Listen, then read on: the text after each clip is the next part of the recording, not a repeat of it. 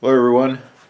I'm waiting for the sun to get a little bit further across the sky, hopefully get some better pictures of this that English walnut gun stock that you saw me carving and finishing recently, and I just took its final photos and a little bit of a video, but I did it a little bit too early in the day because it was looking like clouds were coming, but those clouds have become sparse, and I think here another hour I may get some better photos. So in the meantime, I thought I'd make some wood chips and do the scary cuts. So I've got a stylus that I've turned that's, I don't know, it's maybe a 16th inch on a side or maybe on the diameter, I don't recall, but it's a little bit larger diameter than the bit. And I'm going to go around these two cutouts here. And I'm going to do it from two different angles. So because of the direction the router bit's rotating, if I come all the way through this cut, it'll rip this wood right off. I mean, it'll just take this whole chunk right across. So I'm going to come in partway here, and then it's the same thing is true here with the router bit turning this way. It cuts in here nice and clean, but over here it would splinter, probably just rip that right off. So I'm going to do this cut to that point, and I'm going to do this cut to about there, and then I'll flip them over and I'll finish them from the other side. And I haven't decided if I'm going to do this or not, and I'm probably not, but I can always come back to it later. Okay, got to suit up. Eyes, ears, nose. Oh, added some more LED lights behind me. 2 more rows of 4-foot LED shop lights, so things are a little brighter, I think.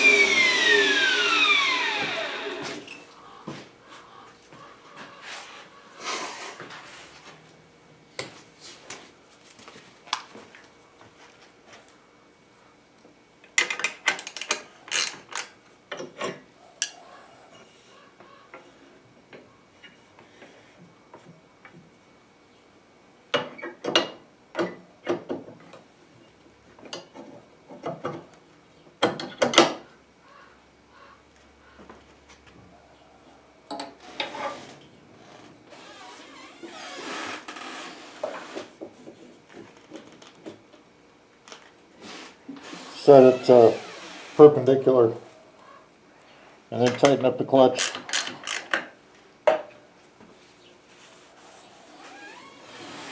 Okay, so this time, cutter, we're going to be going in here and going in here.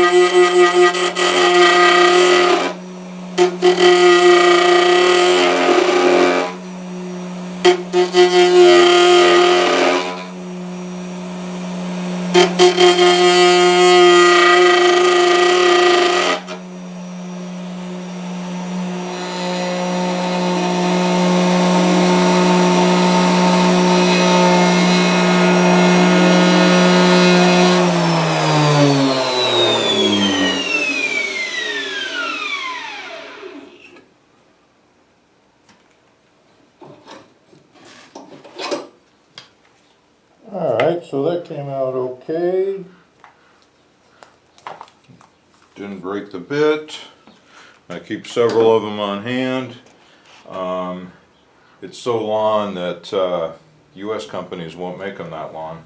Whiteside, they'll make custom router bits, and I love Whiteside bits. In fact, I just got a new one in the mail because I was needing a 1/4" bit the other day. If you watch my videos, and this thing's just a thing of beauty.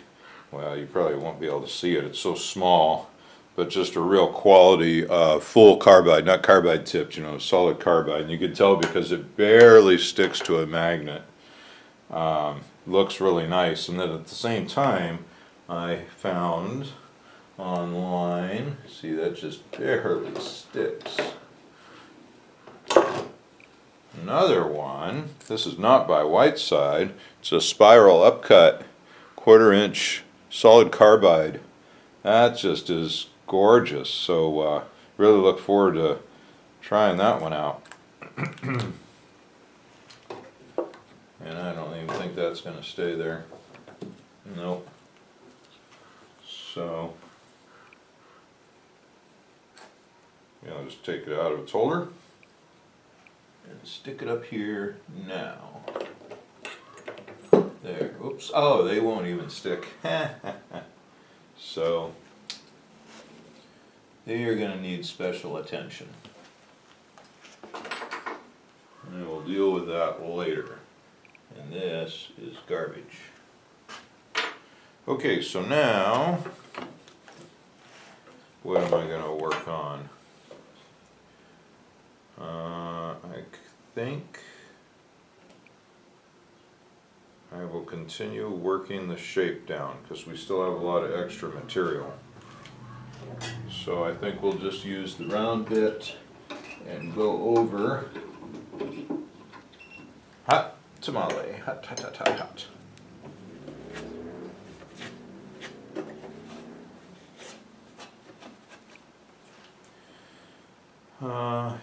Yep.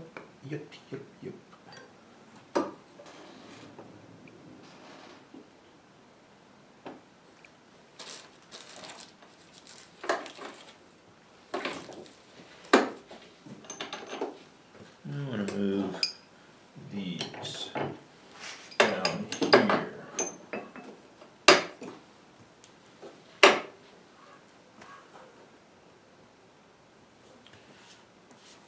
All right.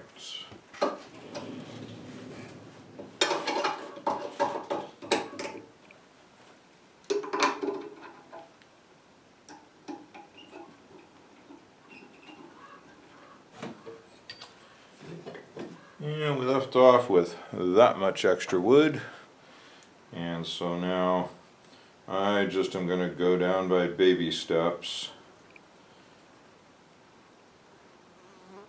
I think I'll go down to 40 thou.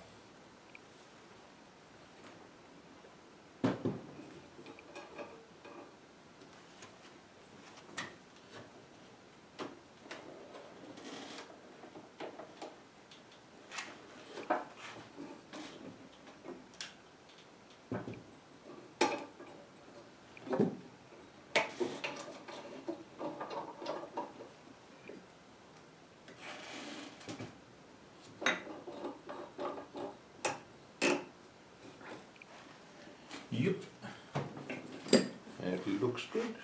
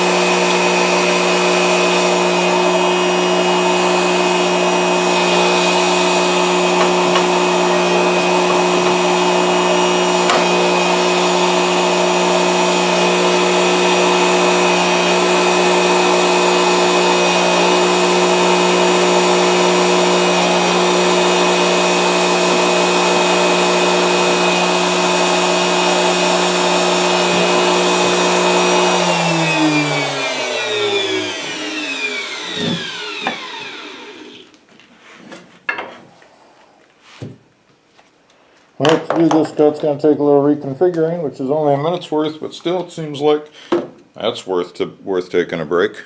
That was a half-hour run. Good, we got these hard cuts made, and they came out really nice. Here, let's flip her around and look at it. I'll bring you around over here. Oops, you're attached to a tether. There we go.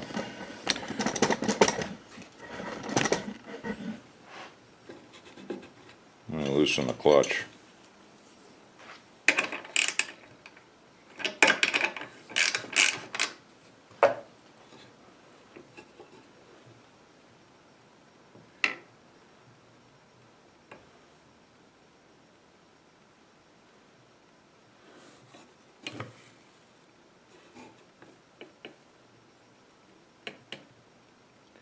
Yeah, I'm really happy with it. There's quite a bit of extra wood. This will get shaped with the drum sander. As is the pistol grip. You know, this whole area is also quite a bit proud, and is going to have to be shaped, you know, down with the drum sander. I've just found it's better to do that than to try to carve it right down to the final dimension in some of these hard areas.